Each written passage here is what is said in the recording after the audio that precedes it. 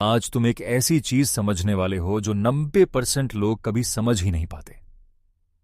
Female mind का real game.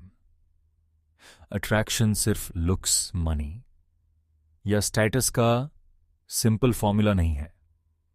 ये एक डीप साइकोलॉजिकल प्रोसेस है जहां इमोशंस, परसेप्शन और बिहेवियर साइलेंटली काम करते हैं। बहुत से लोग यही गलती करते हैं कि वो लॉजिक से समझने की कोशिश करते हैं, जबकि फीमेल साइकोलॉजी इमोशंस और फीलिंग्स पर ड्रिवन होती है। इसी वजह से कभी इंटरेस्ट अचानक हाई हो जाता है और कभी बिना किसी क्लियर रीजन के डिसअपियर हो जाता है। अगर तुम्हें लॉन्ग टर्म अट्रैक्शन बिल्ड करना है तो तुम्हें सरफेस लेवल नहीं बल्कि डीप लेवल पर फीमेल साइकोलॉजी समझनी होगी। Chapter 1, attraction triggers. तुम सोचते हो अट्रैक्शन टाइम के साथ बनता है, लेकिन सच ये है कि फर्स्ट फ्यू सेकंड्स में ही फीमेल माइंड डिसाइड कर लेता है कि तुम इंटरेस्टिंग हो या इग्नोर करने लायक। ये डिसीजन कॉन्शियस नहीं होता, ये सब कॉन्शियस लेवल पर होता है, जहां छोटे छोटे सिग्नल्स बहुत बड़ा इंपैक्ट डालते हैं। इसे ही अट्रैक्शन ट्रिगर्स कहा जाता है। ये वो हिडन क्यूज हैं जो बिना बोले ही इंटरेस्ट पैदा करते हैं। सबसे पहला ट्रिगर होता है प्रेजेंस। जब तुम रूम में एंटर करते हो, तुम्हारी बॉडी लैंग्वेज, आई कांटेक्ट और ओवरऑल एनर्जी एक साइलेंट मैसेज भेजती है।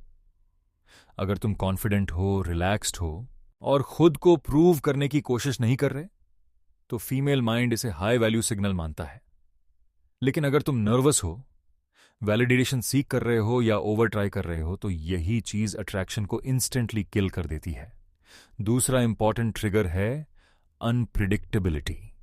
Female psychology naturally curiosity driven होती है। अगर तुम पूरी तरह प्रिडिक्टेबल हो, हर बात अग्री करते हो और हमेशा अवेलेबल रहते हो, तो धीरे धीरे इंटरेस्ट कम होने लगता है। लेकिन जब तुम्हारे बिहेवियर में थोड़ा सा मिस्ट्री होता है, जब तुम हर बार एक्सपेक्टेड तरीके से रिएक्ट नहीं करते, तब फीमेल माइंड एंगेज रहता है। यह डोपामीन रिस्पॉन्स क्रिएट करता है जो अट्रैक्शन को स्ट्रांग बनाता है। तीसरा ट्रिगर है इमोशनल कॉन्ट्रास्ट। अगर इंटरेक्शन फ्लैट है, बिना किसी इमोशनल चेंज के, तो वो बोरिंग लगने लगता है। लेकिन जब कभी हल्का फन, कभी टीजिंग, कभी सीरियस मोमेंट आता है, तो इमोशंस फ्लक्चुएट करते हैं। ये इमोशनल स्पाइक्स क्रिएट करता है जिससे कनेक्शन डीप होता है। अट्रैक्शन हमेशा स्टेबल नहीं, डायनामिक होता है। एक और पावरफुल ट्रिगर है सोशल प्रूफ। अगर तुम ऐसे इंसान दिखते हो जिसे लोग रिस्पेक्ट करते हैं, जिसके आसपास लोग कंफर्टेबल फील करते हैं, तो ऑटोमेटिकली तुम्हारी वैल्यू बढ़ जाती है। फीमेल माइंड इसे सेफ और डिजायरेबल मानता है। यह दिखाता है कि तुम सोशली एक्सेप्टेड हो और तुम्हारे पास ऑप्शंस हैं। सबसे अंडर एस्टिमेटेड ट्रिगर है सेल्फ कंट्रोल। जब तुम हर सिचुएशन में कंपोज्ड रहते हो, जल्दी रिएक्ट नहीं करते और अपनी इमोशंस को कंट्रोल में रखते हो, तो यह बहुत स्ट्रांग सिग्नल होता है। यह दिखाता है कि तुम डेस्परेट नहीं हो और तुम्हारा फोकस क्लियर है। यही चीज लॉन्ग टर्म अट्रैक्शन की फाउंडेशन बनती है। अब यहां एक इंपॉर्टेंट बात समझो, अट्रैक्शन फोर्स नहीं किया जा सकता।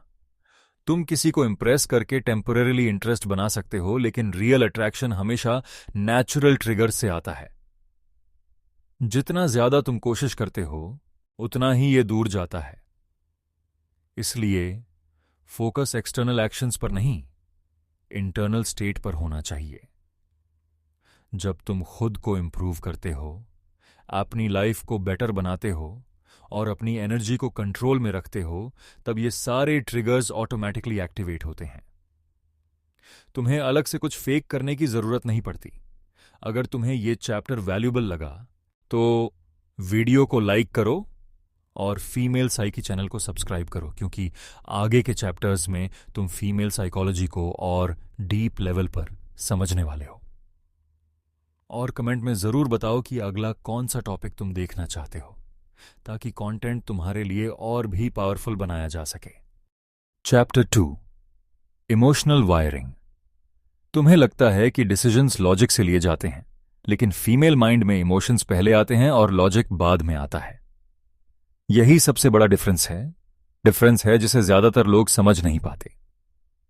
अगर तुम सिर्फ सही बातें बोलने पर फोकस करते हो तो शायद तुम इम्प्रेस कर सकते हो, लेकिन रियल अट्रैक्शन तब बनता है जब तुम इमोशंस को ट्रिगर करते हो। फीमेल साइकोलॉजी इमोशनल वायरिंग पर काम करती है, जहां फीलिंग ही रियलिटी बन जाती है। इसका मतलब ये है कि तुम क्या कहते हो उससे ज्यादा इंपॉर्टेंट है कि वो कैसा फील करती है। तुम परफेक्ट वर्ड्स यूज कर सकते हो, लेकिन अगर इंटरेक्शन में कोई इमोशनल इंपैक्ट नहीं है तो वो जल्दी फेड हो जाएगा। दूसरी तरफ, अगर तुम सिंपल बात भी ऐसे बोलते हो जिससे वो इमोशनली कनेक्ट कर पाए, तो वही बात स्ट्रांग इंप्रेशन छोड़ती है। अट्रैक्शन लॉजिकल चेकलिस्ट नहीं है, ये इमोशनल एक्सपीरियंस है। अब समझो कि इमोशनल वायरिंग कैसे काम करती है। फीमेल माइंड हर इंटरेक्शन को फीलिंग के थ्रू प्रोसेस करता है।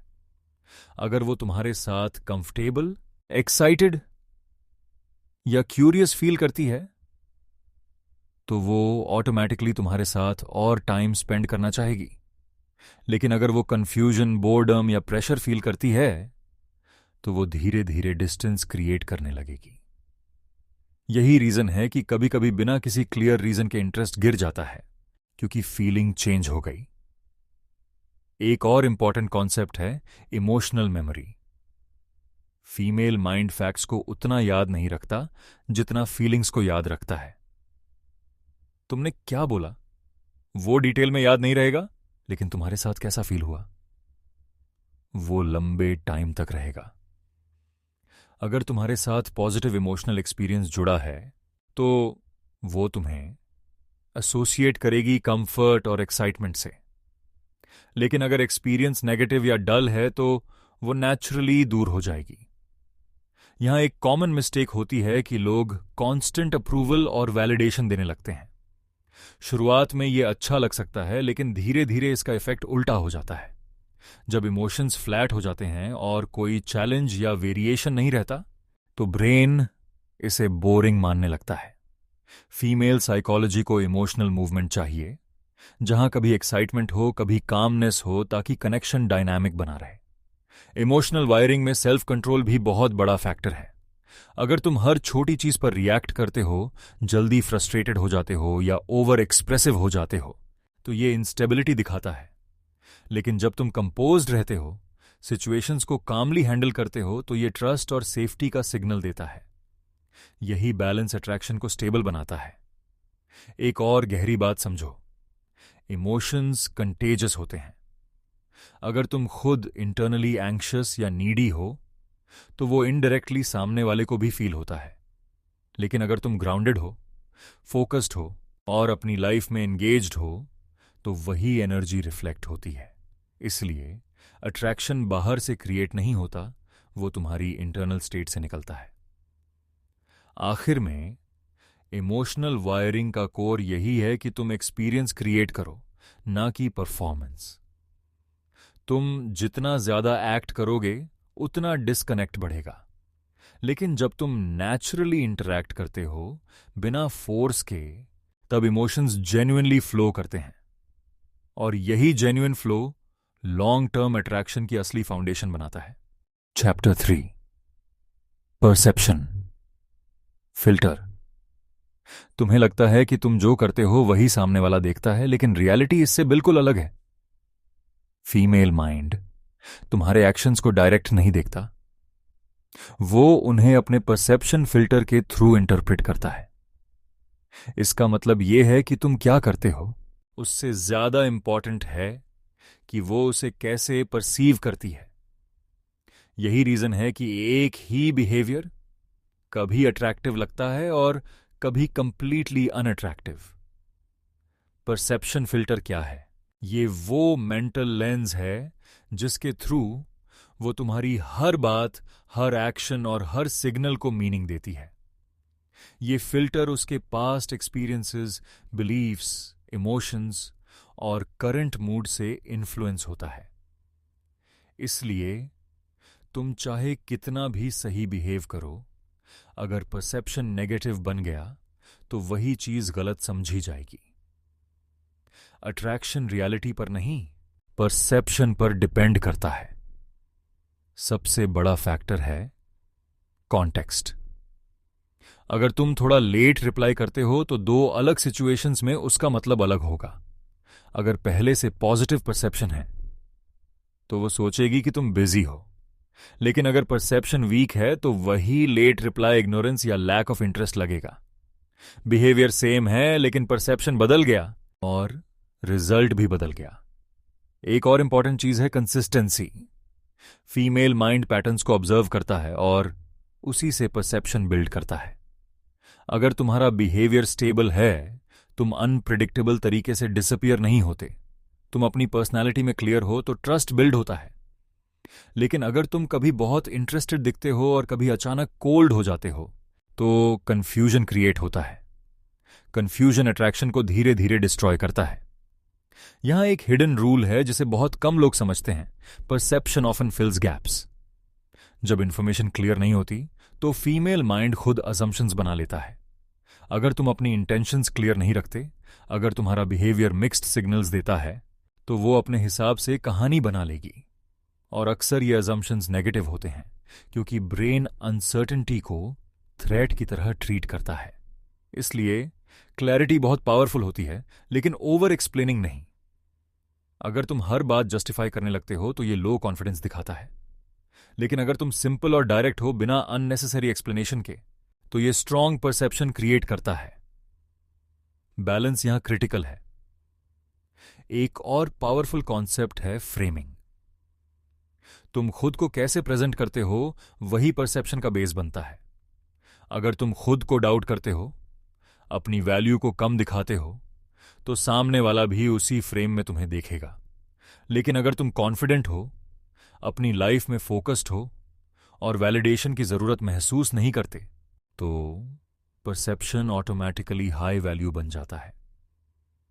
परसेप्शन फिल्टर में इमोशनल स्टेट भी बड़ा रोल प्ले करता है।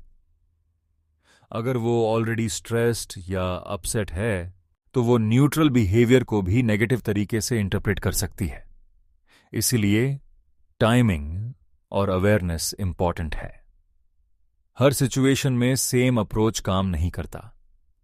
सबसे गहरी बात यह है कि तुम परसेप्शन को फोर्स नहीं कर सकते, लेकिन इन्फ्लुएंस जरूर कर सकते हो।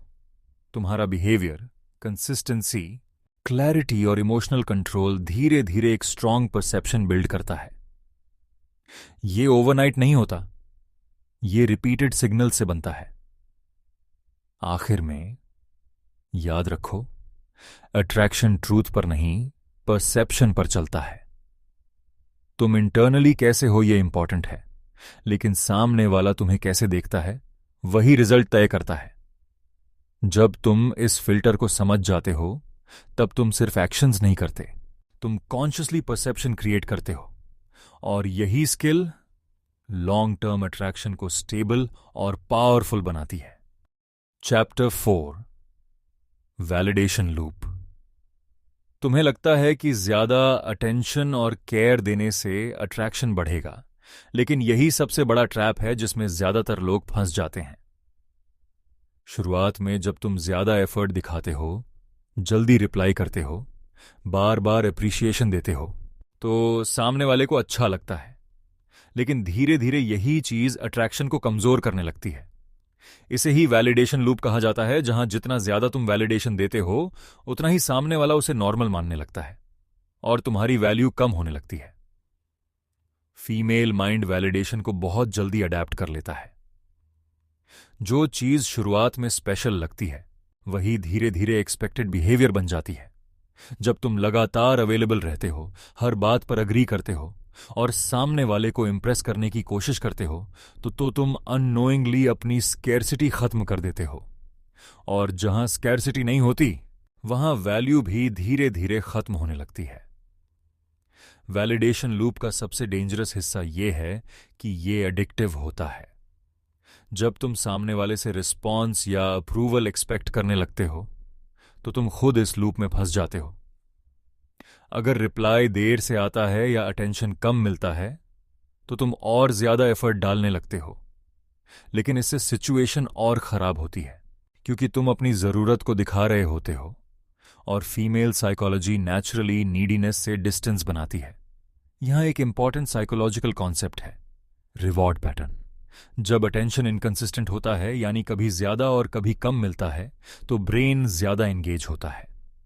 लेकिन जब अटेंशन कांस्टेंट और प्रिडिक्टेबल हो जाता है, तो उसका इम्पैक्ट कम हो जाता है।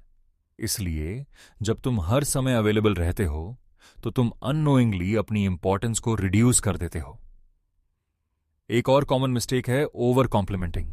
जेन्युइन कॉम्प्लीमेंट अट्रैक्टिव होता है, लेकिन जब तुम बार बार सेम तरह की बातें बोलते हो, तो वो मीनिंगफुल नहीं रहता। फीमेल माइंड वर्ड से ज्यादा इंटेंट को पढ़ता है।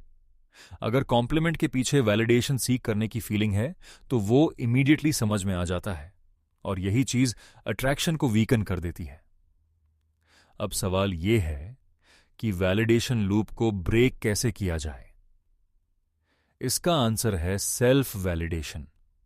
जब तुम खुद अपनी वैल्यू को समझते हो, अपने गोल्स और लाइफ पर फोकस्ड रहते हो, तो तुम्हें एक्सटर्नल अप्रूवल की जरूरत नहीं होती।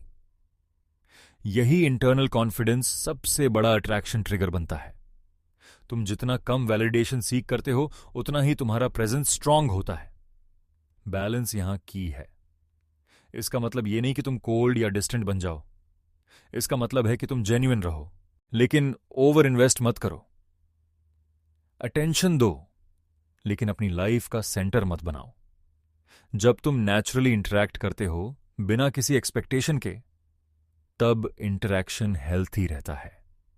सबसे गहरी बात यह है कि अट्रैक्शन तब ग्रो करता है जब दोनों साइड से इन्वेस्टमेंट होता है। अगर सिर्फ तुम ही एफर्ट डाल रहे हो, तो इम्बैलेंस क्रिएट होगा, और यही इम्बैलेंस अट्रैक्शन को खत्म करता है। फीमेल माइंड उस चीज को ज्यादा वैल्यू देता है जहां उसे भी एफर्ट डालना पड़े। आखिर में वैलिडेशन लूप एक साइलेंट किलर है जो धीरे धीरे अट्रैक्शन को खत्म करता है। तुम जितना जल्दी इसे समझोगे, उतना ही तुम अननेसेसरी मिस्टेक्स से बचोगे। जब तुम खुद को कंट्रोल में रखते हो, अपनी एनर्जी को सही जगह इन्वेस्ट करते हो और वैलिडेशन की जरूरत से बाहर निकलते हो, तब तुम सिर्फ अटेंशन नहीं, रियल अट्रैक्शन क्रिएट करते हो। Chapter 5, mystery effect. सबसे बड़ा इल्यूजन यह है कि जितना ज्यादा तुम अपने बारे में बता दोगे, उतना ही कनेक्शन स्ट्रांग होगा। लेकिन फीमेल माइंड इसके उल्टा काम करता है। जब सब कुछ क्लियर और प्रिडिक्टेबल हो जाता है, तब इंटरेस्ट धीरे धीरे कम होने लगता है। अट्रैक्शन सर्टेनिटी से नहीं, क्यूरियोसिटी से ग्रो करता है। यही है मिस्ट्री इफेक्ट, जहां थोड़ा सा अननोन तुम्हें ज्यादा एंगेजिंग बना देता है। ह्यूमन ब्रेन नेचुरली उन चीजों की तरफ खींचता है जो पूरी तरह समझ में नहीं आती। जब सामने वाले के बिहेवियर में थोड़ी अनप्रिडिक्टेबिलिटी होती है, जब हर बात इंस्टेंटली क्लियर नहीं होती, तब माइंड उसे डीकोड करने की कोशिश करता है। यही मेंटल एंगेजमेंट अट्रैक्शन को अलाइव रखता है। अगर तुम्हारे बारे में सब कुछ ऑब्वियस है, तुम कैसे रिएक्ट करोगे ये पहले से पता है, तो धीरे धीरे एक्साइटमेंट खत्म होने लगता है। मिस्ट्री का मतलब ये नहीं है कि तुम फेक बनो या गेम खेलो। इसका मतलब है कि तुम अपनी पूरी पर्सनैलिटी को एक साथ रिवील मत करो। जब तुम शुरुआत में ही अपनी सारी बातें, प्लान्स, फीलिंग्स सब कुछ एक्सपोज कर देते हो, तो एक्सप्लोरेशन का स्पेस खत्म हो जाता है। फीमेल साइकोलॉजी को डिस्कवरी पसंद है, जहां वो धीरे धीरे तुम्हें समझे। यही प्रोसेस कनेक्शन को डीप बनाता है। एक सटल पॉइंट समझो, मिस्ट्री बिहेवियर में होती है, वर्ड्स में नहीं। अगर तुम सिर्फ वेग बातें करते हो लेकिन बिहेवियर प्रिडिक्टेबल है, तो वो जल्दी समझ में आ जाएगा। लेकिन अगर तुम्हारी लाइफ जेन्युइनली बिजी है, तुम हर समय अवेलेबल नहीं हो, तुम हर सिचुएशन में सेम तरीके से रिएक्ट नहीं करते, तो ये नेचुरली मिस्ट्री क्रिएट करता है। ये दिखाता है कि तुम्हारे पास अपनी दुनिया है और तुम सिर्फ एक इंटरैक्शन पर डिपेंडेंट नहीं हो। यहां एक पावरफुल कॉन्सेप्ट है, इनकम्प्लीट इंफॉर्मेशन। जब किसी के पास पूरी जानकारी नहीं होती, तो ब्रेन खुद गैप्स फिल करने लगता है। और इंटरेस्टिंग बात यह है कि ये अजम्पशंस अक्सर पॉजिटिव होते हैं, खासकर जब इनिशियल परसेप्शन अच्छा हो। इसीलिए जब तुम हर चीज एक्सप्लेन नहीं करते तो सामने वाला खुद तुम्हें हाई वैल्यू फ्रेम में इमेजिन करने लगता है। लेकिन मिस्ट्री और कंफ्यूजन में फर्क है। अगर तुम्हारा बिहेवियर इनकंसिस्टेंट है, तुम अचानक डिसअपियर हो जाते हो बिना रीजन के, या मिक्स्ड सिग्नल्स देते हो, तो ये मिस्ट्री नहीं बल्कि कंफ्यूजन बन जाता है। और कंफ्यूजन अट्रैक्शन को डैमेज करता है। मिस्ट्री कंट्रोल्ड होती है जहां क्लैरिटी बेस में होती है, लेकिन सब कुछ इंस्टेंटली रिवील नहीं होता। एक और इंपॉर्टेंट एस्पेक्ट है इमोशनल रिस्ट्रेंट। जब तुम हर फीलिंग तुरंत एक्सप्रेस नहीं करते, हर मोमेंट में ओवर रिएक्ट नहीं करते, तो तुम इमोशनली स्टेबल दिखते हो। ये स्टेबिलिटी ट्रस्ट क्रिएट करती है और साथ ही थोड़ा डिस्टेंस भी रखती है, जो क्यूरियोसिटी को बनाए रखता है। फीमेल माइंड ऐसे बिहेवियर को मैच्योर और ग्राउंडेड मानता है। मिस्ट्री तब नेचुरली बनती है जब तुम्हारी लाइफ फिल्ड होती है, जब तुम्हारे पास गोल्स हैं, रूटीन्स हैं, प्रायोरिटीज हैं, तो तुम हर समय अवेलेबल नहीं होते। ये एब्सेंस भी एक सिग्नल होता है कि तुम सिलेक्टिव हो, और सिलेक्टिविटी ही वैल्यू क्रिएट करती है। अगर कोई हर समय अवेलेबल है तो वो रेयर नहीं लगता। एक हिडन ट्रिगर है डिलेड रिस्पॉन्स। जब हर मैसेज का तुरंत रिप्लाई नहीं आता, जब इंटरेक्शन में थोड़ा पॉज होता है, तो एंटिसिपेशन बिल्ड होता है। एंटिसिपेशन एक्साइटमेंट को बढ़ाता है क्योंकि ब्रेन रिवॉर्ड के इंतजार में ज्यादा एंगेज्ड हो जाता है। लेकिन इसका मिसयूज नहीं होना चाहिए। ये नेचुरल होना चाहिए, फोर्स्ड नहीं। आखिर में मिस्ट्री इफेक्ट का कोर यही है कि तुम खुद को पूरी तरह एक्सेसिबल मत बना दो। अट्रैक्शन तब ग्रो करता है जब सामने वाले को लगे कि अभी भी कुछ बाकी है जानने के लिए। जब हर इंटरेक्शन के बाद क्यूरियोसिटी बढ़ती है, तब कनेक्शन डीपर होता है।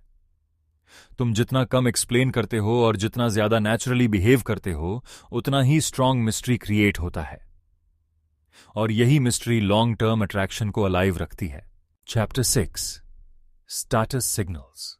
तुम्हें लगता है कि अट्रैक्शन सिर्फ पर्सनैलिटी या लुक्स से बनता है, लेकिन फीमेल माइंड एक और डीपर लेयर पर काम करता है, जिसे स्टेटस सिग्नल्स कहा जाता है। ये वो सटल इंडिकेटर्स होते हैं जो बिना बोले तुम्हारी वैल्यू को कम्युनिकेट करते हैं। ये लाउड नहीं होते, लेकिन इनका इम्पैक्ट बहुत स्ट्रांग होता है। फीमेल साइकोलॉजी नेचुरली उन सिग्नल्स को डिटेक्ट करती है जो पावर, रिस्पेक्ट और सोशल वैल्यू को शो करते हैं। स्टेटस का मतलब सिर्फ पैसा या फेम नहीं होता। ये तुम्हारे बिहेवियर, डिसीजन मेकिंग और सेल्फ रिस्पेक्ट में दिखता है। जब तुम अपनी लाइफ को डायरेक्शन के साथ जीते हो, जब तुम्हारे पास गोल्स होते हैं और तुम अपने स्टैंडर्ड्स पर कॉम्प्रोमाइज नहीं करते, तो ये ऑटोमेटिकली हाई स्टेटस सिग्नल बन जाता है। दूसरी तरफ, जब तुम हर सिचुएशन में एडजस्ट करते हो, अपनी बाउंड्रीज को इग्नोर करते हो या दूसरों को प्लीज करने की कोशिश करते हो, तो ये लो स्टेटस सिग्नल बन जाता है। सबसे पहला स्ट्रांग सिग्नल है सेल्फ रिस्पेक्ट। तुम खुद को कैसे ट्रीट करते हो, वही दूसरों को सिखाता है कि वो तुम्हें कैसे ट्रीट करें। अगर तुम अपनी टाइम और एनर्जी को कैजुअली दे देते हो, तो सामने वाला भी उसे सीरियस नहीं लेगा। लेकिन जब तुम सिलेक्टिव हो, अपने स्टैंडर्ड्स क्लियर रखते हो, तो ये दिखाता है कि तुम्हारी लाइफ में वैल्यू है। फीमेल माइंड ऐसे बिहेवियर को नेचुरली रिस्पेक्ट करता है। दूसरा सिग्नल है सोशल प्रूफ। अगर तुम ऐसे एनवायरनमेंट में हो जहां लोग तुम्हें रिस्पेक्ट करते हैं, तुम्हारे साथ एंगेज करते हैं, तो ये इनडायरेक्टली तुम्हारी वैल्यू को इंक्रीज करता है। ये दिखाता है कि तुम सोशली एक्सेप्टेड हो और तुम्हारे पास ऑप्शंस हैं। फीमेल साइकोलॉजी इस तरह के सिग्नल्स को सेफ्टी और डिजायरेबिलिटी के रूप में इंटरप्रेट करता है। एक और पावरफुल सिग्नल है डिसाइसिवनेस। जब तुम क्लियर डिसीजंस लेते हो विदाउट हेजिटेशन, तो ये कॉन्फिडेंस दिखाता है। अगर तुम हर छोटी बात में डाउट करते हो, या हर डिसीजन के लिए अप्रूवल सीख करते हो तो ये अनसर्टेनिटी दिखाता है। फीमेल माइंड नेचुरली स्टेबिलिटी और डायरेक्शन की तरफ अट्रैक्ट होता है क्योंकि ये लॉन्ग टर्म सेफ्टी का इंडिकेटर होता है। स्टेटस सिग्नल्स में कम्युनिकेशन स्टाइल भी बहुत इंपॉर्टेंट है। तुम कैसे बोलते हो, कितनी क्लैरिटी से अपनी बात रखते हो और कितना काम रहते हो, ये सब सिग्नल्स भेजते हैं। अगर तुम ओवर एक्सप्लेन करते हो या अननेसेसरीली जस्टिफाई करते हो तो ये इनसिक्योरिटी दिखाता है। लेकिन जब तुम सिंपल और डायरेक्ट कम्युनिकेशन रखते हो तो ये स्ट्रांग प्रेजेंस क्रिएट करता है। एक सटल लेकिन पावरफुल सिग्नल है लाइफस्टाइल। तुम्हारी डेली हैबिट्स, रूटीन्स और डिसिप्लिन इनडायरेक्टली तुम्हारी वैल्यू को रिफ्लेक्ट करते हैं। अगर तुम्हारी लाइफ केओटिक है, कोई क्लियर स्ट्रक्चर नहीं है, तो ये इंस्टेबिलिटी दिखाता है। लेकिन अगर तुम्हारे पास रूटीन है, तुम कंसिस्टेंट हो और अपनी ग्रोथ पर फोकस करते हो, तो ये हाई वैल्यू सिग्नल बन जाता है। यहां एक इंपॉर्टेंट बात समझो, स्टेटस दिखाने की जरूरत नहीं होती, वो नेचुरली रिफ्लेक्ट होता है। जब तुम इंटेंशनली इंप्रेस करने की कोशिश करते हो तो ये उल्टा लो स्टेटस सिग्नल बन जाता है। फीमेल माइंड ऑथेंटिसिटी को जल्दी पहचान लेता है, इसलिए फोकस एक्सटर्नल डिस्प्ले पर नहीं, इंटरनल डेवलपमेंट पर होना चाहिए। एक और हिडन सिग्नल है बाउंड्रीज। जब तुम क्लियरली जानते हो कि तुम क्या एक्सेप्ट करोगे और क्या नहीं, तो ये स्ट्रेंथ दिखाता है। अगर तुम हर चीज टॉलरेट करते हो, कॉन्फ्लिक्ट से बचते हो या अपनी लिमिट्स क्लियर नहीं करते, तो ये वीकनेस दिखाता है। स्ट्रांग बाउंड्रीज रिस्पेक्ट और अट्रैक्शन दोनों को बढ़ाते हैं। आखिर में स्टेटस सिग्नल्स वो साइलेंट लैंग्वेज है जो तुम्हारी रियल वैल्यू को कम्युनिकेट करती है। ये वर्ड्स से नहीं, एक्शंस और कंसिस्टेंसी से बनते हैं। जब तुम अपनी लाइफ को पर्पस के साथ जीते हो, अपने स्टैंडर्ड्स क्लियर रखते हो और अपनी एनर्जी को सही जगह इन्वेस्ट करते हो, तो ये सिग्नल्स ऑटोमेटिकली स्ट्रांग हो जाते हैं और यही सिग्नल्स लॉन्ग टर्म अट्रैक्शन की बैकबोन बनाते हैं। Chapter 7, emotional spikes. तुम्हें लगता है कि स्मूथ और स्टेबल इंटरैक्शन ही अट्रैक्शन को बढ़ाता है, लेकिन सच इसका उल्टा है। फीमेल माइंड मोनोटनी से जल्दी बोर हो जाता है। जब सब कुछ फ्लैट, प्रिडिक्टेबल और सेम रहता है, तो इंटरेस्ट धीरे धीरे खत्म होने लगता है। अट्रैक्शन तब ग्रो करता है जब इमोशंस में मूवमेंट होता है, जब इंटरैक्शन में अप्स एंड डाउन्स होते हैं। यही इमोशनल स्पाइक्स हैं जो कनेक्शन को अलाइव रखते हैं। ह्यूमन ब्रेन नेचुरली उन एक्सपीरियंसेस को ज्यादा वैल्यू देता है जिनमें इमोशनल इंटेंसिटी होती है। अगर तुम्हारे साथ इंटरैक्शन में कभी एक्साइटमेंट, कभी क्यूरियोसिटी, कभी हल्का टेंशन और कभी कंफर्ट आता है, तो वो ज्यादा मेमोरेबल बनता है। फीमेल साइकोलॉजी इस तरह के इमोशनल वेरिएशन को स्ट्रॉन्ग कनेक्शन के रूप में इंटरप्रेट करता है। अगर सब कुछ न्यूट्रल है तो ब्रेन उसे इग्नोर करने लगता है। सबसे पहला स्पाइक आता है अनप्रिडिक्टेबिलिटी से। जब तुम हर बार सेम तरीके से रिएक्ट नहीं करते, जब तुम्हारे रिस्पॉन्सेस थोड़ा डिफरेंट होते हैं, तो सामने वाले का माइंड एंगेज रहता है। उसे पता नहीं होता कि अगला मोमेंट कैसा होगा, और यही अनसर्टेनिटी एक्साइटमेंट क्रिएट करती है। लेकिन इसका मतलब ये नहीं कि तुम रैंडम बन जाओ, ये कंट्रोल्ड वेरिएशन होना चाहिए। दूसरा स्पाइक आता है टीजिंग और प्लेफुलनेस से। जब इंटरैक्शन में हल्का फन, लाइट चैलेंज और प्लेफुल एनर्जी होती है, तो ये इमोशनल लिफ्ट क्रिएट करता है। फीमेल माइंड ऐसे मोमेंट्स को एंजॉय करता है क्योंकि ये इंटरैक्शन को बोरिंग होने से बचाता है। लेकिन यहां बैलेंस जरूरी है। अगर टीजिंग डिसरिस्पेक्टफुल हो जाए तो इसका इफेक्ट उल्टा हो सकता है। तीसरा स्पाइक आता है कॉन्ट्रास्ट से। अगर तुम कभी सीरियस बात करते हो और कभी लाइट मूड में शिफ्ट करते हो, तो इमोशनल डेप्थ क्रिएट होती है। ये कॉन्ट्रास्ट ब्रेन को स्टिम्युलेट करता है क्योंकि उसे वेरिएशन मिलता है।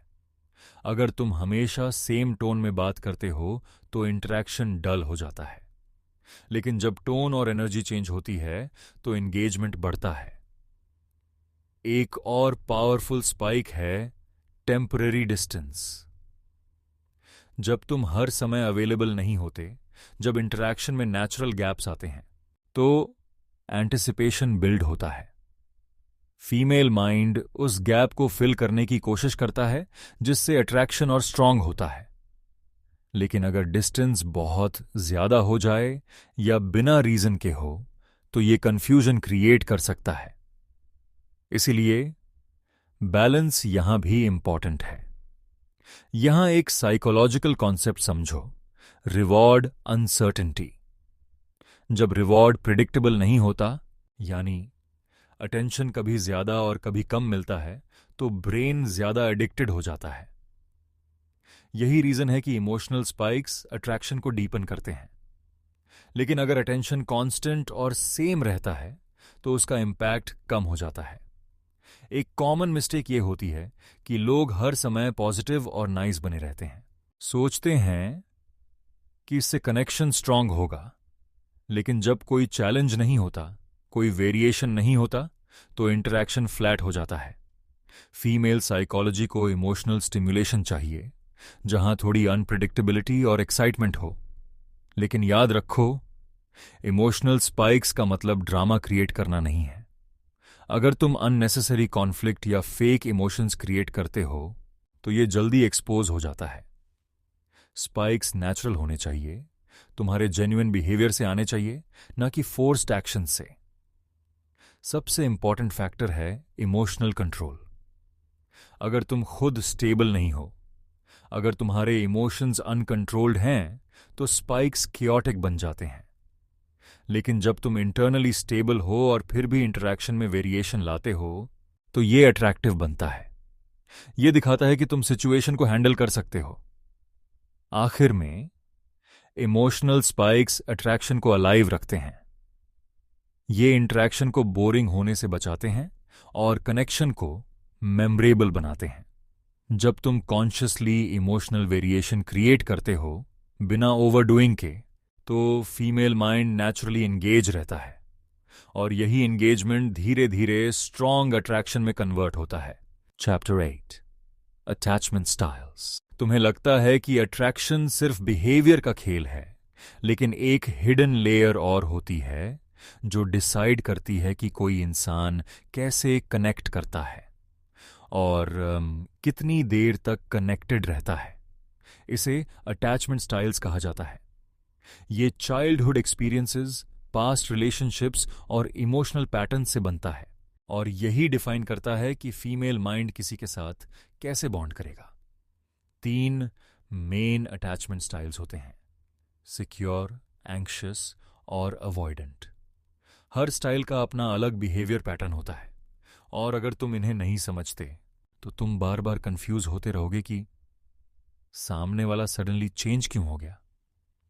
सबसे पहले बात करते हैं एंग्शियस अटैचमेंट की। इस टाइप में फीमेल माइंड ज्यादा इमोशनल वैलिडेशन चाहता है। उसे कांस्टेंट रीअश्योरेंस चाहिए होता है कि सब ठीक है। शुरुआत में ये बहुत अफेक्शनेट और कनेक्टेड लगता है, लेकिन धीरे धीरे ये ओवरथिंकिंग, इनसिक्योरिटी और नीडीनेस में बदल सकता है। अगर तुम थोड़ी डिस्टेंस क्रिएट करते हो, तो ये और ज्यादा क्लिंगी हो जाता है। यहां चैलेंज ये है कि तुम स्टेबिलिटी दिखाओ, लेकिन ओवर वैलिडेशन में मत फंसो। दूसरा होता है अवॉइडेंट अटैचमेंट। इस टाइप में फीमेल माइंड इंडिपेंडेंस को ज्यादा वैल्यू देता है और इमोशनल क्लोजनेस से थोड़ा डिस्टेंस रखता है। शुरुआत में ये कूल और डिटैच्ड लगता है, लेकिन जैसे ही कनेक्शन डीप होने लगता है, ये पीछे हटने लगता है। ये चाचरे कोल्ड बिहेवियर, डिलेड रिस्पॉन्सेज या इमोशनल विथड्रॉल के रूप में दिखता है। यहां सबसे बड़ी गलती ये होती है कि लोग और ज्यादा चेस करने लगते हैं, जिससे वो और दूर हो जाता है। अवॉइडेंट स्टाइल के साथ पेशेंस और स्पेस बहुत जरूरी होता है। तीसरा और सबसे बैलेंस्ड है सिक्योर अटैचमेंट। इस टाइप में फीमेल माइंड इमोशनल स्टेबिलिटी और ट्रस्ट को मेंटेन करता है। ये ना ज्यादा क्लिंगी होता है और ना ही अननेसेसरली डिस्टेंट। कम्युनिकेशन क्लियर होता है, इमोशंस बैलेंस्ड होते हैं और कनेक्शन नेचुरली ग्रो करता है। लॉन्ग टर्म अट्रैक्शन के लिए यही सबसे हेल्थी पैटर्न होता है। अब समझो कि ये स्टाइल्स अट्रैक्शन को कैसे अफेक्ट करते हैं। अगर तुम एंग्शियस बिहेवियर दिखाते हो, जैसे बार बार चेक करना, ओवरथिंकिंग करना या हर चीज पर रिएक्शन देना, तो ये प्रेशर क्रिएट करता है। फीमेल माइंड इसे इमोशनल बर्डन के रूप में देखता है। दूसरी तरफ अगर तुम अवॉइडेंट बन जाते हो, हर चीज से डिस्टेंस रखते हो, तो कनेक्शन डेवलप ही नहीं हो पाता। बैलेंस यहां सबसे इंपॉर्टेंट है। तुम्हें इमोशनली अवेलेबल रहना है, लेकिन डिपेंडेंट नहीं बनना है। तुम्हें केयर दिखानी है, लेकिन अपनी आइडेंटिटी लूज नहीं करनी है। यही बिहेवियर सिक्योर अटैचमेंट को ट्रिगर करता है। एक और इंपॉर्टेंट कॉन्सेप्ट है मिररिंग। फीमेल माइंड अक्सर सामने वाले के बिहेवियर को रिफ्लेक्ट करता है। अगर तुम स्टेबल हो, काम हो और अपनी इमोशंस को कंट्रोल में रखते हो, तो धीरे धीरे सामने वाला भी उसी पैटर्न को फॉलो करता है। लेकिन अगर तुम इनकंसिस्टेंट हो, कभी बहुत क्लोज और कभी बहुत डिस्टेंट, तो सामने वाला भी कंफ्यूज्ड हो जाएगा। अटैचमेंट स्टाइल्स को समझने का सबसे बड़ा फायदा यह है कि तुम बिहेवियर को पर्सनली नहीं लेते। अगर कोई सडनली डिस्टेंस बना रहा है, तो यह हमेशा तुम्हारी गलती नहीं होती, ये उसके इंटरनल पैटर्न का हिस्सा हो सकता है। जब तुम इसे समझते हो, तो तुम रिएक्ट करने की बजाय ऑब्जर्व करते हो। सबसे गहरी बात यह है कि तुम अपने अटैचमेंट स्टाइल को भी चेंज कर सकते हो। यह फिक्स्ड नहीं होता। जब तुम सेल्फ अवेयरनेस डेवलप करते हो, अपने रिएक्शंस को समझते हो और कॉन्शियसली बैलेंस्ड बिहेवियर अडॉप्ट करते हो, तो तुम धीरे धीरे सिक्योर पैटर्न की तरफ मूव करते हो। आखिर में अटैचमेंट स्टाइल्स अट्रैक्शन की हिडन ब्लूप्रिंट है। यह डिसाइड करता है कि कनेक्शन कितना स्ट्रांग होगा और कितना टिकेगा। जब तुम इसे समझ जाते हो, तो तुम सिर्फ सरफेस बिहेवियर नहीं देखते, तुम डीपर पैटर्न्स को पढ़ते हो। और यही अंडरस्टैंडिंग तुम्हें लॉन्ग टर्म अट्रैक्शन को बिल्ड और मेंटेन करने में एज देती है। Chapter 9, investment theory. तुम्हें लगता है कि जितना ज्यादा तुम एफर्ट डालोगे, उतना ही सामने वाला कनेक्ट करेगा, लेकिन फीमेल माइंड इसके बिल्कुल उल्टा काम करता है। अट्रैक्शन तब स्ट्रांग होता है जब सामने वाला भी इन्वेस्ट करता है। अगर सिर्फ तुम ही टाइम, एनर्जी और अटेंशन दे रहे हो, तो कनेक्शन इम्बैलेंस हो जाता है और यही इम्बैलेंस धीरे धीरे इंटरेस्ट को खत्म कर देता है। यही है इन्वेस्टमेंट थ्योरी, जहां वैल्यू उसी चीज की बढ़ती है जिसमें इंसान खुद एफर्ट डालता है। ह्यूमन साइकोलॉजी का एक सिंपल रूल है, हम उसी चीज को ज्यादा वैल्यू देते हैं जिसमें हमारा इन्वेस्टमेंट होता है। अगर किसी चीज के लिए हमने टाइम, इमोशन या एफर्ट दिया है, तो हम उसे आसानी से लूज नहीं करना चाहते। फीमेल माइंड भी इसी प्रिंसिपल पर काम करता है। अगर वो इंटरैक्शन में एक्टिवली इन्वॉल्व है, क्वेश्चंस पूछ रही है, एफर्ट डाल रही है, तो कनेक्शन नेचुरली स्ट्रांग होता है। लेकिन अगर वो पैसिव है और सिर्फ तुम्हारा एफर्ट चल रहा है, तो अट्रैक्शन टिकता नहीं है। सबसे बड़ी मिस्टेक यहां यह होती है कि लोग शुरुआत में ही ओवर इन्वेस्ट कर देते हैं। वो जरूरत से ज्यादा टाइम देने लगते हैं, हर बात पर अवेलेबल रहते हैं और सामने वाले को इंप्रेस करने के लिए एक्स्ट्रा एफर्ट डालते हैं। शुरुआत में ये अच्छा लग सकता है, लेकिन धीरे धीरे ये इम्बैलेंस क्रिएट करता है। जब एक साइड ज्यादा इन्वेस्ट करता है, तो दूसरी साइड ऑटोमेटिकली पीछे हटने लगती है। इन्वेस्टमेंट सिर्फ टाइम या मनी का नहीं होता, ये इमोशनल भी होता है। जब कोई अपनी बातें शेयर करता है, अपनी फीलिंग्स एक्सप्रेस करता है या इंटरैक्शन में एफर्ट डालता है, तो वो इमोशनली इन्वेस्ट कर रहा होता है। फीमेल साइकोलॉजी उस कनेक्शन को ज्यादा वैल्यू देती है जहां उसे खुद खुलना पड़े, जहां उसे भी एफर्ट डालना पड़े। अगर सब कुछ इजीली मिल रहा है, तो उसका इंपॉर्टेंस कम हो जाता है। यहां एक पावरफुल कॉन्सेप्ट है, एफर्ट जस्टिफिकेशन। जब कोई इंसान किसी चीज के लिए मेहनत करता है, तो वो अपने माइंड में उसे जस्टिफाई करता है कि ये चीज वैल्यूबल है। इसीलिए अगर फीमेल माइंड इंटरेक्शन में एफर्ट डालता है तो वो खुद ही उस कनेक्शन को ज्यादा इंपॉर्टेंट मानने लगता है। लेकिन अगर एफर्ट जीरो है तो वैल्यू भी लो रहती है। एक और हिडन पैटर्न है रेसिप्रोसिटी। अगर तुम थोड़ा इन्वेस्ट करते हो और सामने वाला भी सिमिलर लेवल का एफर्ट दिखाता है तो ये हेल्थी डायनामिक बनता है। लेकिन अगर तुम लगातार देते रहते हो और सामने से रिस्पॉन्स नहीं आता तो ये इम्बैलेंस क्रिएट करता है। यहां तुम्हें अवेयरनेस रखनी होती है कि इन्वेस्टमेंट दोनों साइड से आ रहा है या नहीं। अब सवाल यह है कि सही बैलेंस कैसे रखा जाए। इसका मतलब यह नहीं कि तुम एफर्ट देना बंद कर दो, इसका मतलब है कि तुम मेजर्ड एफर्ट दो। शुरुआत में थोड़ा इन्वेस्ट करो, ऑब्जर्व करो कि सामने वाला कैसे रिस्पॉन्ड करता है और उसी हिसाब से आगे बढ़ो। अगर सामने वाला इंटरेस्ट दिखाता है तो तुम भी आगे बढ़ सकते हो, लेकिन अगर रिस्पॉन्स वीक है तो तुम्हें अपनी एनर्जी बचानी चाहिए। एक और इंपॉर्टेंट बात है पेशेंस। इन्वेस्टमेंट धीरे धीरे बिल्ड होता है, ये इंस्टेंट नहीं होता। अगर तुम जल्दी रिजल्ट चाहते हो और तुरंत ज्यादा इन्वेस्ट कर देते हो तो ये उल्टा इफेक्ट डालता है। कनेक्शन को ग्रो होने के लिए टाइम चाहिए और इस प्रोसेस में दोनों साइड्स का इन्वॉल्वमेंट जरूरी है। सबसे गहरी बात यह है कि अट्रैक्शन तब टिकता है जब दोनों लोग उस कनेक्शन में कुछ ना कुछ डालते हैं। अगर सिर्फ एक साइड एफर्ट कर रहा है तो वो कनेक्शन लंबे समय तक नहीं टिक सकता। फीमेल माइंड उस चीज को ज्यादा रिस्पेक्ट करता है जहां उसे भी वैल्यू क्रिएट करनी पड़े। आखिर में इन्वेस्टमेंट थ्योरी तुम्हें यह सिखाती है कि अट्रैक्शन सिर्फ देने से नहीं, बैलेंस से बनता है।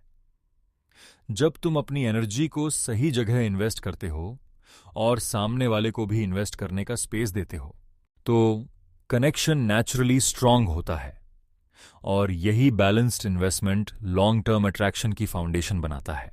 Chapter 10 scarcity principle. तुम्हें लगता है कि ज्यादा अवेलेबिलिटी अट्रैक्शन को बढ़ाती है, लेकिन रियलिटी बिल्कुल उल्टी है। फीमेल माइंड उस चीज को ज्यादा वैल्यू देता है जो इजीली अवेलेबल नहीं होती। जब तुम हर समय मौजूद रहते हो, हर मैसेज का तुरंत रिप्लाई देते हो और अपनी पूरी अटेंशन बिना लिमिट के दे देते हो तो तुम्हारी वैल्यू धीरे धीरे कम होने लगती है। यही स्कैर्सिटी प्रिंसिपल है, जहां लिमिटेड एक्सेस तुम्हारी परसीव्ड वैल्यू को बढ़ाता है। ह्यूमन साइकोलॉजी में एक डीप पैटर्न है। जो चीज रेयर होती है वही ज्यादा डिजायरेबल लगती है।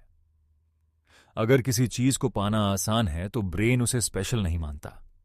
फीमेल साइकोलॉजी भी इसी रूल पर काम करता है। अगर तुम्हारा टाइम, अटेंशन और प्रेजेंस हर समय अवेलेबल है तो वो नॉर्मल बन जाता है। लेकिन जब तुम्हारी अवेलेबिलिटी लिमिटेड होती है, जब तुम सिलेक्टिव होते हो, तो वही चीज वैल्यूएबल लगने लगती है।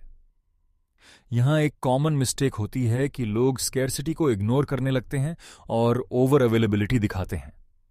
वो सोचते हैं कि ज्यादा एफर्ट, ज्यादा अटेंशन और कांस्टेंट प्रेजेंस से कनेक्शन स्ट्रांग होगा। लेकिन ये बिहेवियर धीरे धीरे प्रिडिक्टेबिलिटी और बोर्डम क्रिएट करता है। जब कोई चैलेंज या वेट नहीं होता तो एक्साइटमेंट भी कम हो जाता है। स्कैर्सिटी का मतलब यह नहीं है कि तुम इंटेंशनली डिस्टेंस बनाओ या गेम्स खेलो। इसका मतलब है कि तुम्हारी लाइफ नेचुरली फुल होनी चाहिए। जब तुम्हारे पास गोल्स हैं, वर्क है, प्रायोरिटीज हैं, तो तुम हर समय अवेलेबल नहीं रह सकते। यही नेचुरल स्कैर्सिटी सबसे पावरफुल होती है क्योंकि ये फेक नहीं होती। एक और इंपॉर्टेंट कॉन्सेप्ट है टाइम वैल्यू। जब तुम अपने टाइम को रिस्पेक्ट करते हो, उसे रैंडमली स्पेंड नहीं करते, तो ये स्ट्रांग सिग्नल जाता है कि तुम्हारी लाइफ स्ट्रक्चर्ड है। फीमेल माइंड इसे हाई वैल्यू ट्रेट के रूप में देखता है। लेकिन अगर तुम हर समय फ्री हो बिना किसी स्ट्रक्चर के, तो ये इनडायरेक्टली लो प्रायोरिटी सिग्नल देता है। स्कैर्सिटी कम्युनिकेशन में भी दिखती है। जब तुम हर बात इंस्टेंटली एक्सप्लेन नहीं करते, हर सवाल का लॉन्ग जवाब नहीं देते, तो इंटरेक्शन में थोड़ी स्पेस रहती है। ये स्पेस क्यूरियोसिटी क्रिएट करती है। लेकिन अगर तुम ओवर कम्युनिकेट करते हो, हर डिटेल शेयर करते हो, तो इंटरैक्शन हैवी और प्रिडिक्टेबल हो जाता है। एक सटल लेकिन पावरफुल फैक्टर है डिलेड ग्रेटिफिकेशन। जब चीजें तुरंत नहीं मिलती, जब थोड़ा इंतजार करना पड़ता है, तो उनका वैल्यू बढ़ जाता है। फीमेल साइकोलॉजी इस डिले को एक्साइटमेंट के रूप में इंटरप्रेट करता है। एंटिसिपेशन बिल्ड होती है और यही एंटिसिपेशन अट्रैक्शन को डीपन करती है। लेकिन यहां बैलेंस बहुत जरूरी है।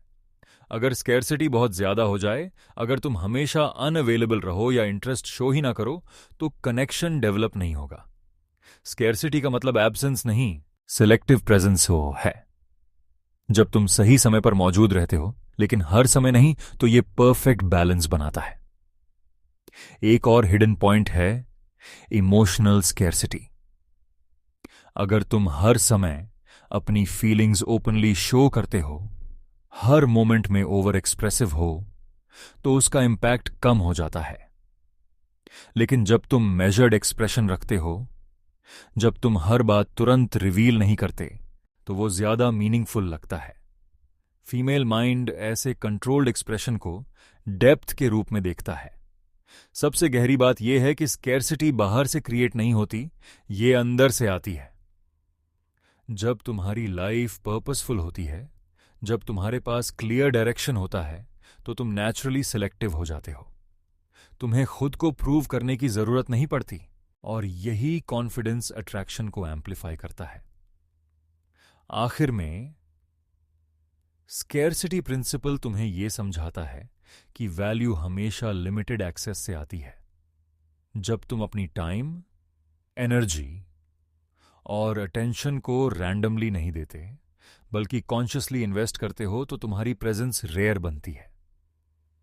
और जो रेयर होता है वही मेमोरेबल और डिजायरेबल होता है। यही प्रिंसिपल लॉन्ग टर्म अट्रैक्शन को स्ट्रांग और स्टेबल बनाता है। Chapter 11, behavioural patterns. तुम्हें लगता है कि सामने वाला रैंडमली बिहेव करता है, कभी इंटरेस्ट हाई होता है, कभी अचानक लो, लेकिन रियलिटी में ऐसा नहीं होता। फीमेल माइंड रैंडम नहीं होता, वो पैटर्न्स पर काम करता है। हर रिएक्शन, हर रिस्पॉन्स और हर चेंज के पीछे एक बिहेवियरल पैटर्न होता है। अगर तुम इन पैटर्न्स को समझ लेते हो, तो तुम्हारे लिए कंफ्यूजन ऑलमोस्ट खत्म हो जाता है। बिहेवियरल पैटर्न्स क्या होते हैं?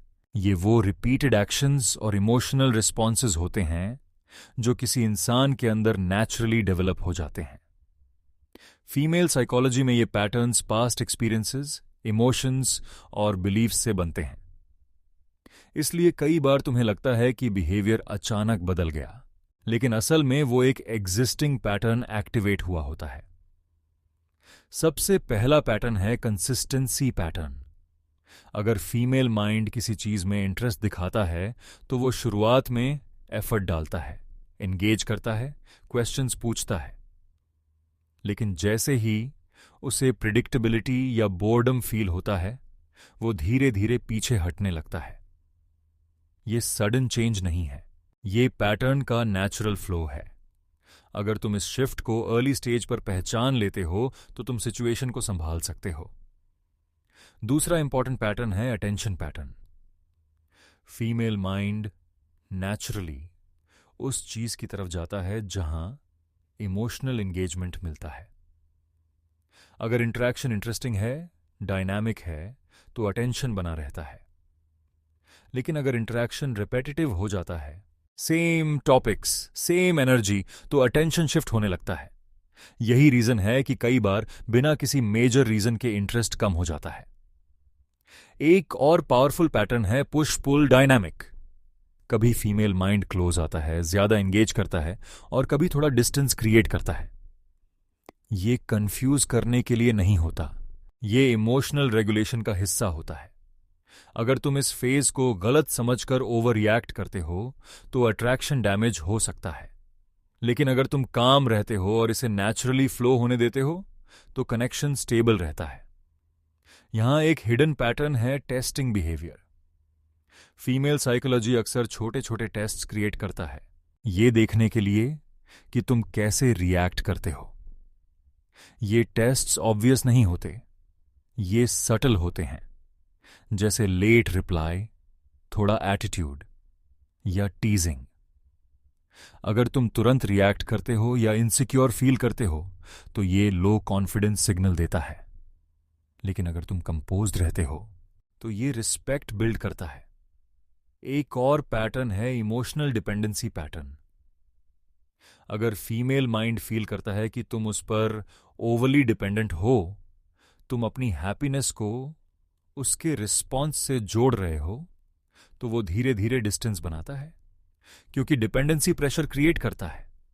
लेकिन अगर तुम इंडिपेंडेंट हो, अपनी लाइफ में एंगेज्ड हो, तो ये अट्रैक्टिव लगता है। बिहेवियरल पैटर्न्स में टाइमिंग भी बहुत इंपॉर्टेंट है। हर एक्शन का सही टाइम होता है। अगर तुम जल्दी ओवर इन्वेस्ट करते हो या बहुत जल्दी इमोशनल हो जाते हो तो ये इम्बैलेंस क्रिएट करता है। लेकिन जब तुम सही पेस मेंटेन करते हो तो कनेक्शन नेचुरली ग्रो करता है। सबसे बड़ी मिस्टेक ये होती है कि लोग हर बिहेवियर को पर्सनली ले लेते हैं। अगर रिप्लाई लेट आया तो वो ओवर थिंक करने लगते हैं। अगर टोन चेंज हुआ तो वो अस्यूम कर लेते हैं कि कुछ गलत हो गया। लेकिन जब तुम पैटर्न्स को समझते हो तो तुम रिएक्ट करने की बजाय ऑब्जर्व करते हो, और यही अवेयरनेस तुम्हें कंट्रोल में रखती है। एक और डीप पॉइंट है पैटर्न इंटरप्शन। अगर तुम वही सेम बिहेवियर रिपीट करते रहते हो तो सामने वाला उसे ईजिली प्रिडिक्ट कर लेता है। लेकिन जब तुम कॉन्शियसली पैटर्न को ब्रेक करते हो, जैसे कभी डिफरेंट रिस्पॉन्स देना या इंटरैक्शन की डायरेक्शन बदलना, तो ये अटेंशन को वापस खींचता है, ये अट्रैक्शन को रिफ्रेश करता है। आखिर में बिहेवियरल पैटर्न्स तुम्हें यह सिखाते हैं कि अट्रैक्शन कोई रैंडम प्रोसेस नहीं है, ये प्रिडिक्टेबल साइकिल्स और रिएक्शंस पर बेस्ड है। जब तुम इन पैटर्न्स को समझते हो तो तुम ब्लाइंडली रिएक्ट नहीं करते, तुम स्ट्रेटेजिकली रिस्पॉन्ड करते हो, और यही अंडरस्टैंडिंग तुम्हें लॉन्ग टर्म अट्रैक्शन को हैंडल करने में क्लैरिटी और कंट्रोल देती है। Chapter 12, testing behaviour. तुम्हें लगता है कि सब कुछ ठीक चल रहा है, फिर अचानक उसका बिहेवियर थोड़ा बदल जाता है। कभी वो लेट रिप्लाई करती है, कभी हल्का एटीट्यूड दिखाती है, कभी तुम्हारी बातों को चैलेंज करती है। तुम्हें लगता है कुछ गलत हो गया, लेकिन असल में ये अक्सर टेस्टिंग बिहेवियर होता है। फीमेल माइंड कॉन्शियसली या सबकॉन्शियसली छोटे छोटे टेस्ट्स करता है, ये देखने के लिए कि तुम कैसे रिएक्ट करते हो। ये टेस्ट्स तुम्हें गिराने के लिए नहीं होते, बल्कि तुम्हारी स्ट्रेंथ, स्टेबिलिटी और कॉन्फिडेंस को मेजर करने के लिए होते हैं। टेस्टिंग बिहेवियर बहुत सटल होता है। ये ऑब्वियस क्वेश्चंस या डायरेक्ट चैलेंजेस नहीं होते, ये छोटे सिग्नल्स के रूप में आते हैं। जैसे अचानक थोड़ी दूरी बना लेना, तुम्हारी बात पर मजाक में डाउट करना, या तुम्हें लाइटली टीज करना। अगर तुम इन सिचुएशंस में ओवर रिएक्ट करते हो, एक्सप्लेन करने लगते हो या इनसिक्योर हो जाते हो, तो ये सिग्नल जाता है कि तुम इंटरनली स्टेबल नहीं हो। फीमेल साइकोलॉजी ऐसे रिएक्शंस को जल्दी डिटेक्ट कर लेता है। सबसे कॉमन टेस्ट है इमोशनल रिएक्शन टेस्ट। इसमें वो जानबूझकर या नेचुरली ऐसी सिचुएशन क्रिएट करती है जहां तुम्हें थोड़ा ट्रिगर हो सकता है। अगर तुम तुरंत रिएक्ट करते हो, एंग्री हो जाते हो या डिफेंसिव हो जाते हो, तो ये दिखाता है कि तुम अपने इमोशंस को कंट्रोल नहीं कर पा रहे। लेकिन अगर तुम काम रहते हो, सिचुएशन को लाइटली हैंडल करते हो, तो ये स्ट्रांग सिग्नल जाता है कि तुम ग्राउंडेड हो। दूसरा टेस्ट है वैलिडेशन टेस्ट। इसमें वो इनडायरेक्टली ये देखती है कि तुम अटेंशन के लिए कितने डिपेंडेंट हो। अगर वो थोड़ी दूरी बनाती है या कम रिस्पॉन्स देती है, तो क्या तुम तुरंत ज्यादा एफर्ट डालने लगते हो? अगर हां, तो ये दिखाता है कि तुम वैलिडेशन सीख कर रहे हो। लेकिन अगर तुम अपनी पेस मेंटेन करते हो, ओवर इन्वेस्ट नहीं करते, तो ये दिखाता है कि तुम्हारी वैल्यू स्टेबल है बेटी। तीसरा टेस्ट है बाउंड्रीज टेस्ट। इसमें वो ये चेक करती है कि तुम्हारे स्टैंडर्ड्स कितने क्लियर हैं। कभी वो लेट आएगी, कभी प्लान्स चेंज करेगी, या कभी ऐसी चीज करेगी जो तुम्हें पसंद नहीं हो। अगर तुम हर चीज एक्सेप्ट कर लेते हो बिना कुछ बोले, तो ये सिग्नल जाता है कि तुम्हारे पास स्ट्रांग बाउंड्रीज नहीं है। लेकिन अगर तुम कामली अपनी लिमिट्स एक्सप्रेस करते हो बिना एग्रेशन के, तो ये रिस्पेक्ट बिल्ड करता है। एक और हिडन टेस्ट है कंसिस्टेंसी टेस्ट। फीमेल माइंड ये देखता है कि तुम हर सिचुएशन में सेम रहते हो या नहीं। अगर तुम शुरुआत में कॉन्फिडेंट थे लेकिन बाद में इनसिक्योर हो गए, तो ये इनकंसिस्टेंसी दिखाता है। लेकिन अगर तुम प्रेशर में भी सेम काम और कंपोज्ड रहते हो, तो ये स्ट्रांग इंप्रेशन क्रिएट करता है। यहां सबसे बड़ी गलती ये होती है कि लोग टेस्टिंग बिहेवियर को प्रॉब्लम समझ लेते हैं और पैनिक करने लगते हैं। वो ओवरथिंकिंग करते हैं, एक्स्ट्रा एफर्ट डालते हैं या खुद को बदलने लगते हैं। लेकिन टेस्टिंग बिहेवियर एक्चुअली अपॉर्चुनिटी होता है अपने रियल कैरेक्टर को शो करने का। ये वो मोमेंट्स होते हैं जहां अट्रैक्शन या तो बढ़ता है या खत्म होता है। टेस्टिंग को हैंडल करने का सही तरीका है अवेयरनेस और कंट्रोल। तुम्हें हर सिचुएशन को पर्सनली नहीं लेना है। हर रिएक्शन से पहले थोड़ा पॉज करना है और देखना है कि क्या यह टेस्ट हो सकता है। अगर तुम काम रहते हो, नेचुरल रहते हो, तो तुम ऑटोमेटिकली पास कर जाते हो। एक और इंपॉर्टेंट बात है कि हर बिहेवियर टेस्ट नहीं होता। कभी कभी जेन्युइन मूड या सिचुएशन भी हो सकती है। इसलिए हर चीज को ओवर एनालाइज करना भी गलत है। बैलेंस जरूरी है, जहां तुम ऑब्जर्व करो लेकिन अननेसेसरी असम्पशंस ना बनाओ। सबसे गहरी बात यह है कि टेस्ट्स तुम्हारी रियलिटी को सामने लाते हैं। अगर तुम अंदर से इनसिक्योर हो तो ये बाहर दिख जाएगा। अगर तुम स्टेबल हो तो वो भी क्लियरली दिखेगा। इसलिए फोकस सिर्फ रिएक्शन पर नहीं, अपनी इंटरनल स्टेट पर होना चाहिए। आखिर में टेस्टिंग बिहेवियर फीमेल साइकोलॉजी का नेचुरल हिस्सा है। ये अट्रैक्शन को फिल्टर करता है और स्ट्रांग कनेक्शन को अलग करता है। जब तुम इसे समझ जाते हो तो तुम डरते नहीं, तुम प्रिपेयर्ड रहते हो। और यही प्रिपरेशन तुम्हें हर सिचुएशन में कंट्रोल और क्लैरिटी देती है। Chapter 13, emotional safety. तुम सोचते हो कि अट्रैक्शन सिर्फ एक्साइटमेंट, मिस्ट्री और चैलेंज से बनता है। लेकिन अगर इमोशनल सेफ्टी नहीं है तो यह सब ज्यादा देर तक टिकता नहीं। फीमेल माइंड के लिए सबसे डीप नीड होती है सेफ फील करना। लेकिन यह सेफ्टी सिर्फ फिजिकल नहीं होती, ये इमोशनल होती है। जब वो तुम्हारे साथ कंफर्टेबल, अंडरस्टूड और सिक्योर फील करती है, तभी कनेक्शन लॉन्ग टर्म में ग्रो करता है। इमोशनल सेफ्टी का मतलब यह नहीं है कि तुम हमेशा नाइस रहो या हर बात पर अग्री करो। इसका मतलब है कि तुम्हारे साथ वो बिना डर के अपनी बात रख सके, बिना जज हुए खुद को एक्सप्रेस कर सके।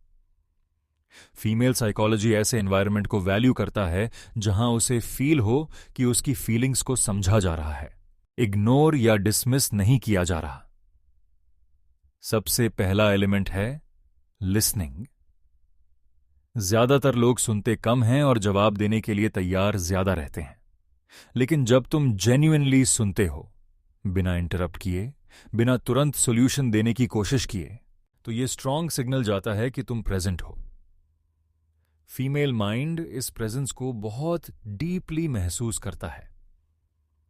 दूसरा एलिमेंट है नॉन रिएक्टिव बिहेवियर। अगर वो कुछ इमोशनल या सेंसिटिव बात शेयर करती है और तुम तुरंत जज करने लगते हो, क्रिटिसाइज करते हो या ओवर रिएक्ट करते हो, तो वो धीरे धीरे खुद को बंद करने लगती है। लेकिन जब तुम कामली सुनते हो, बिना अननेसेसरी रिएक्शन के, तो ट्रस्ट बिल्ड होता है। इमोशनल सेफ्टी का बेस यही है कि वो बिना फियर के खुल सके। एक और इंपॉर्टेंट फैक्टर है कंसिस्टेंसी। अगर तुम्हारा बिहेवियर बार बार बदलता है, कभी बहुत केयरिंग और कभी कंप्लीटली डिस्टेंट, तो ये इनसिक्योरिटी क्रिएट करता है। फीमेल माइंड स्टेबिलिटी को सेफ्टी के रूप में देखता है। जब तुम कंसिस्टेंट होते हो, प्रिडिक्टेबल तरीके से बिहेव करते हो, तो वो रिलैक्स फील करती है क्योंकि उसे पता होता है कि वो तुम पर भरोसा कर सकती है। इमोशनल सेफ्टी में ऑनेस्टी भी बहुत जरूरी है। अगर तुम फेक बिहेवियर दिखाते हो या अपनी रियल फीलिंग्स हाइड करते हो, तो ये कनेक्शन को वीक करता है। लेकिन ऑनेस्टी का मतलब हाश होना नहीं है।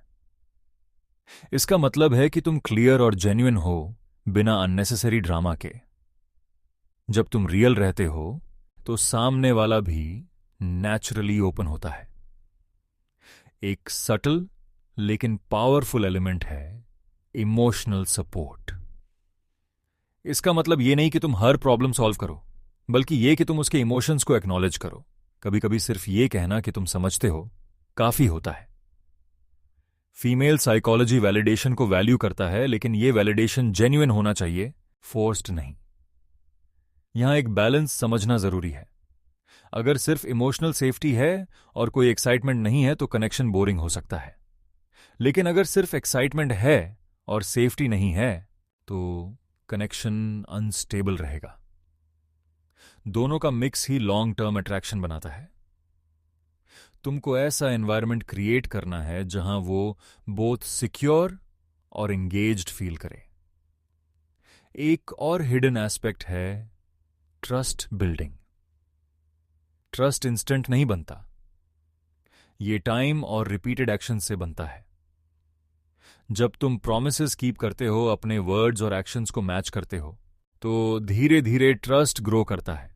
फीमेल माइंड इस कंसिस्टेंसी को बहुत क्लोजली ऑब्जर्व करता है। सबसे गहरी बात यह है कि इमोशनल सेफ्टी तुम्हारे बिहेवियर से नहीं, तुम्हारी एनर्जी से आती है। अगर तुम खुद इंटरनली स्टेबल हो, अपने इमोशंस को समझते हो और ग्राउंडेड हो, तो ये ऑटोमेटिकली सामने वाले को फील होता है। लेकिन अगर तुम अंदर से अनस्टेबल हो तो वो भी रिफ्लेक्ट होता है। आखिर में इमोशनल सेफ्टी अट्रैक्शन को डेप्थ देता है। ये सरफेस लेवल कनेक्शन को लॉन्ग टर्म बॉन्ड में बदलता है।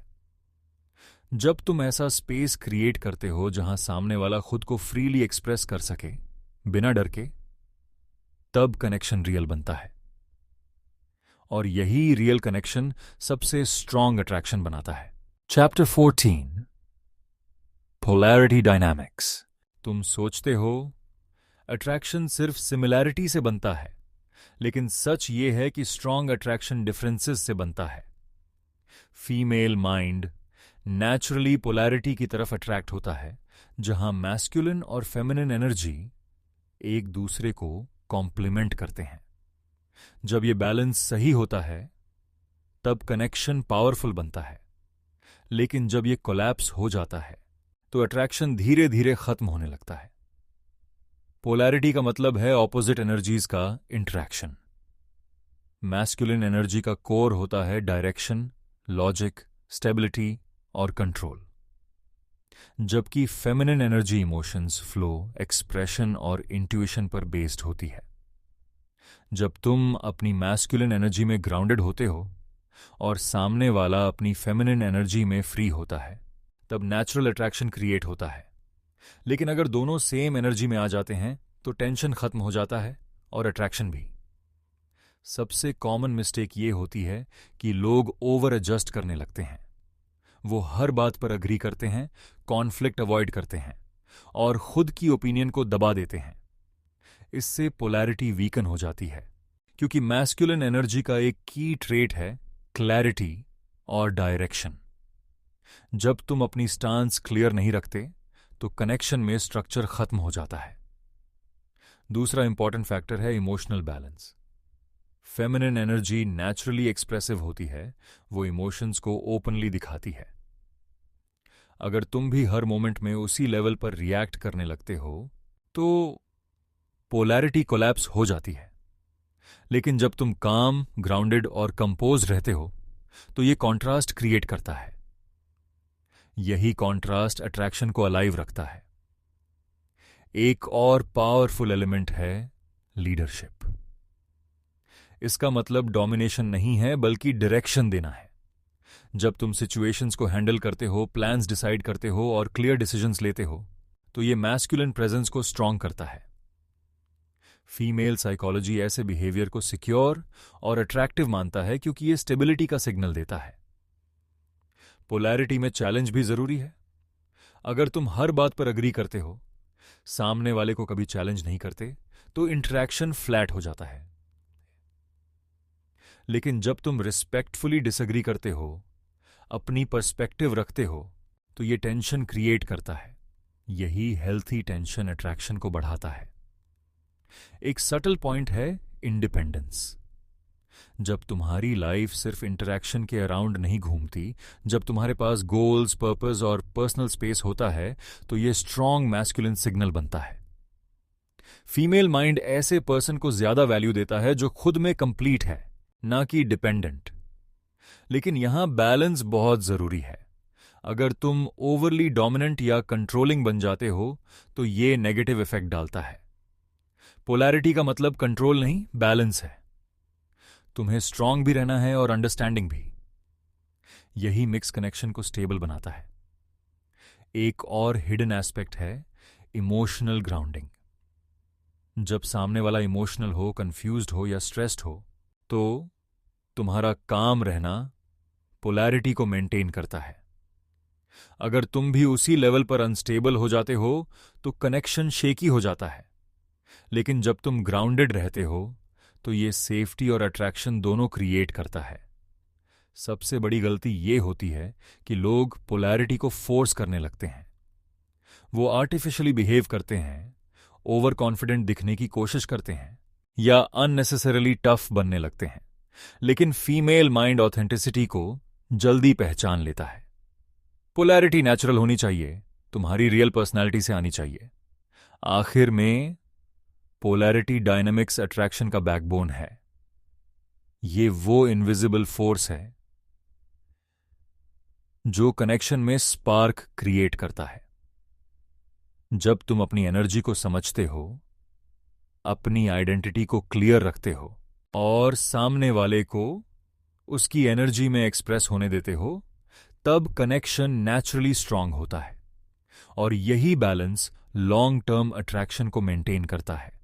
Chapter 15 long term bonding. शुरुआत में अट्रैक्शन बनाना आसान होता है, लेकिन उसे लंबे समय तक बनाए रखना असली गेम है। Female mind short term excitement से जल्दी अट्रैक्ट होता है, लेकिन long term bonding stability, trust और इमोशनल डेप्थ पर टिकती है। अगर कनेक्शन सिर्फ थ्रिल और मिस्ट्री पर बना है, तो वो धीरे धीरे फेड हो जाएगा। लेकिन अगर उसमें कंसिस्टेंसी और जेन्युइन कनेक्शन जुड़ जाए, तो वो टाइम के साथ और स्ट्रांग होता है। लॉन्ग टर्म बॉन्डिंग का पहला पिलर है कंसिस्टेंसी। शुरुआत में तुम जैसे बिहेव करते हो, अगर वही पैटर्न टाइम के साथ बदल जाता है, तो ट्रस्ट टूटने लगता है। फीमेल साइकोलॉजी स्टेबिलिटी को बहुत वैल्यू देता है। जब तुम्हारे वर्ड्स और एक्शंस मैच करते हैं, जब तुम प्रिडिक्टेबल तरीके से रिलायबल रहते हो, तो कनेक्शन सेफ फील होता है। यही सेफ्टी बॉन्डिंग को डीपन करती है। दूसरा इंपॉर्टेंट फैक्टर है emotional depth. Surface level conversations और इंटरैक्शंस शुरुआत में काम करते हैं, लेकिन लंबे समय के लिए डीपर अंडरस्टैंडिंग जरूरी होती है। जब तुम सामने वाले को जेन्युइनली समझने लगते हो, उसकी सोच, उसके फियर्स, उसके गोल्स को जानते हो, तो कनेक्शन पर्सनल बन जाता है। फीमेल माइंड ऐसे कनेक्शन को ज्यादा स्ट्रांगली होल्ड करता है। तीसरा पिलर है ग्रोथ अलाइनमेंट। अगर तुम दोनों अलग अलग डायरेक्शंस में जा रहे हो, अलग वैल्यूज और प्रायोरिटीज के साथ, तो कनेक्शन टिकना मुश्किल हो जाता है। लेकिन जब तुम दोनों की ग्रोथ एक दूसरे के साथ अलाइन होती है, जब तुम एक दूसरे को पुश करते हो बेटर बनने के लिए, तो बॉन्डिंग नेचुरली स्ट्रांग होती है। अट्रैक्शन सिर्फ इमोशन से नहीं, शेयर्ड डायरेक्शन से भी बनता है। एक और इंपॉर्टेंट एस्पेक्ट है ट्रस्ट। ट्रस्ट एक बार में नहीं बनता, ये छोटे छोटे एक्शन से बिल्ड होता है। जब तुम प्रॉमिसेस फुलफिल करते हो, अपने बिहेवियर में ऑनेस्टी रखते हो और कंसिस्टेंसी दिखाते हो, तो फीमेल माइंड धीरे धीरे ट्रस्ट डेवलप करता है। और जब ट्रस्ट स्ट्रांग हो जाता है, तो कनेक्शन स्टेबल हो जाता है। लेकिन यहां एक हिडन ट्रैप भी है, कंफर्ट जोन। जब कनेक्शन बहुत कंफर्टेबल हो जाता है, जब कोई एक्साइटमेंट या नॉवेल्टी नहीं रहती, तो अट्रैक्शन धीरे धीरे कम होने लगता है। इसलिए लॉन्ग टर्म बॉन्डिंग में भी थोड़ी अनप्रिडिक्टेबिलिटी और फ्रेशनेस जरूरी होती है। कभी कभी न्यू एक्सपीरियंसेस, डिफरेंट कॉन्वर्जेशंस और स्मॉल सरप्राइजेस कनेक्शन को अलाइव रखते हैं। एक और की फैक्टर है रिस्पेक्ट। अट्रैक्शन टाइम के साथ रिस्पेक्ट में बदलना चाहिए। अगर रिस्पेक्ट नहीं है तो कनेक्शन टिकता नहीं। रिस्पेक्ट तुम्हारे बिहेवियर, बाउंड्रीज और सेल्फ कंट्रोल से आता है। जब तुम खुद को रिस्पेक्ट करते हो, अपने स्टैंडर्ड्स क्लियर रखते हो, तो सामने वाला भी नेचुरली रिस्पेक्ट करता है। लॉन्ग टर्म बॉन्डिंग में कम्युनिकेशन भी बहुत इंपॉर्टेंट है।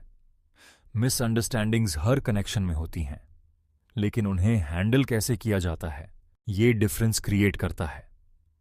अगर तुम कामली कम्युनिकेट करते हो, इश्यूज को ओपनली डिस्कस करते हो, तो कनेक्शन स्ट्रांग होता है। लेकिन अगर तुम अवॉइड करते हो या रिएक्ट करते हो, तो डिस्टेंस बढ़ता है।